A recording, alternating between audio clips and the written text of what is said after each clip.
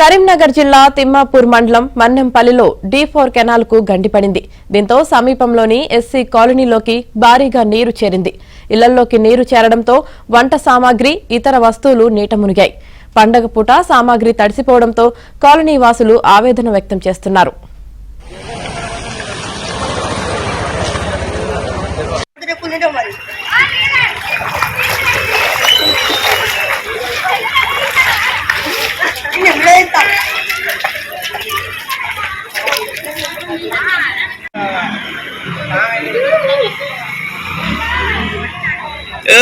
प्राण होता है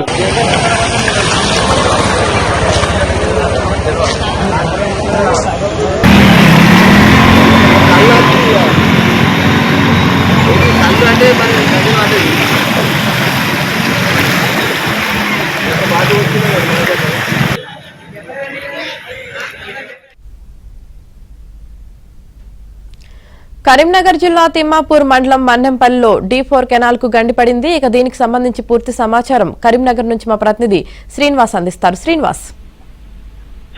Yamini Thotapalli reservoir link canal ద్వారా చిగురు మామిడి తిమ్మాపూర్ మండలాల్లోని ఎగువ ప్రాంతాలకు నీటిని ఈ కెనాల్ ద్వారా విడుదల చేస్తూ వస్తున్నారు. అయితే ఆ D4 కాలువకు గండి పడటంతో తిమ్మాపూర్ మండలంలోని మన్నెంపల్లి గ్రామంలోని ఎస్సీ కాలనీ అంతా కూడా నీట మునిగింది. పండగ పూట సామాగ్రి అంతా కూడా నానిందని గ్రామస్తులు ఆవేదన చెందుతున్నారు.